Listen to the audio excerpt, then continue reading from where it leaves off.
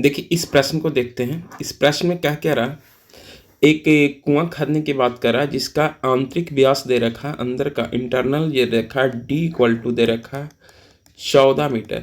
जब इसका व्यास 14 मीटर है तो इसका त्रिज्या हो जाएगा 7 मीटर।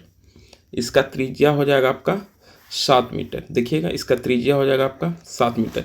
दूसरी बात यहाँ देखिए कि ये जो है इसकी गहराई का मतलब एच दे रखा है आपको 12 मीटर।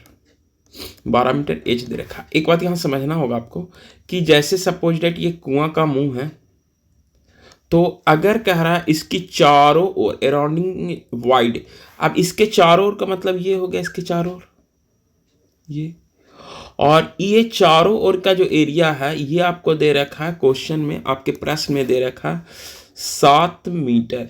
7 मीटर चौड़ा। तो देखिए पहले से ये त्रिज्या यहाँ से यहाँ तक 7 था, और 7 और 7 कितना हो जाएगा 14। यानी कि अगर यहाँ कैपिटल आर देखें तो ये कैपिटल आर हो जाएगा 14 मीटर। अब एक बात ध्यान रखिए कि ये जो बेलन बना ये एक खोखला बेलन होता है। एक सिलेंडर ऐसा सिलेंडर होता है जो खोखला होता है, ये इसको हम ब्लय भी बोलते हैं हिंदी में। तो इसकी के हिसाब से देखा जाए तो एक बात बताइए, जो मट्टी बाहर की ओर मिट्टी जो फैलाया गया है यहाँ अराउंड, जो चारों ओर मिट्टी फैलाने की बात हो रहा है, ये मिट्टी कौन सा फैलाया होगा, जो जब इसके अंदर से निकाला होगा।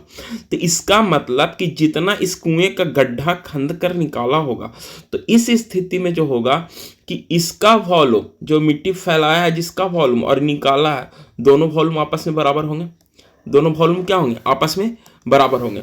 यानी कि अगर हम बेलन की वॉल्यूम की बात करें तो बेलन का वॉल्यूम होता है पाई आर स्क्वायर एच। ये बेलन का वॉल्यूम हो गया, जो कुआं खंदा गया उसका।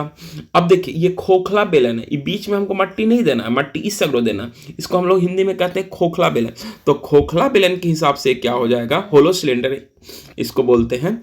तो होलो सिलेंडर के हिसाब से अगर देखा जाए तो होलो सिलेंडर का जो एरिया हो जाएगा आपका होता है पाई एच कैपिटल आर का स्क्वायर माइनस स्मॉल आर का स्क्वायर। और एक बात ध्यान दीजिएगा कि यहाँ जो h है ये तो इसको h1 मान लेते हैं, और जो इसकी हाइट जो होगा जो खोखले होगा उसको h2 मान लेते हैं। तो ये आपका ये h1 हो गया, ये आपका h2 हो गया।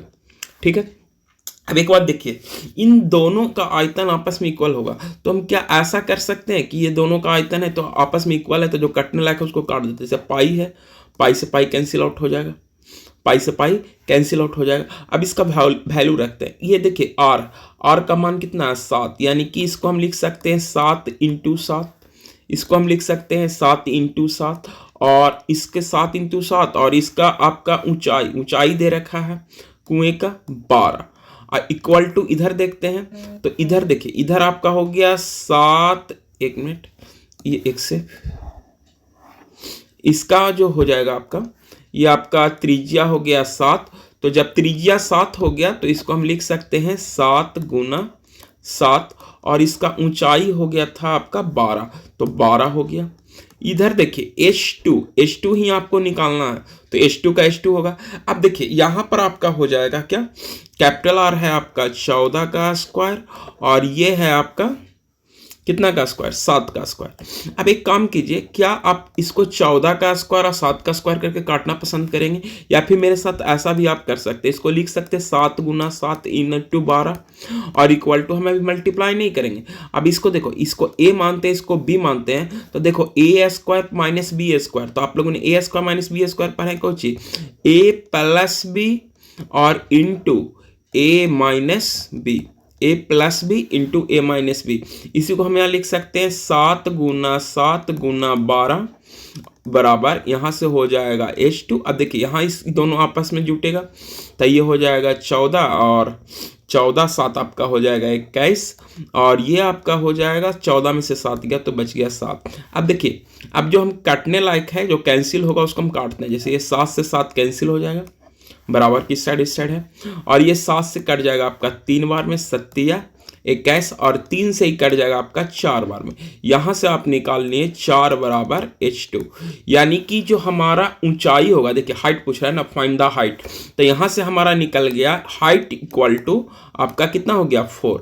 इसका जो आपका निकल गया height equal to 4, height equal to 4, यानी कि जो वो मट्टी फैलाकर जो ब्लै बनाया गया था उसकी ऊंचाई जो होगा आपका हो जाएगा 4।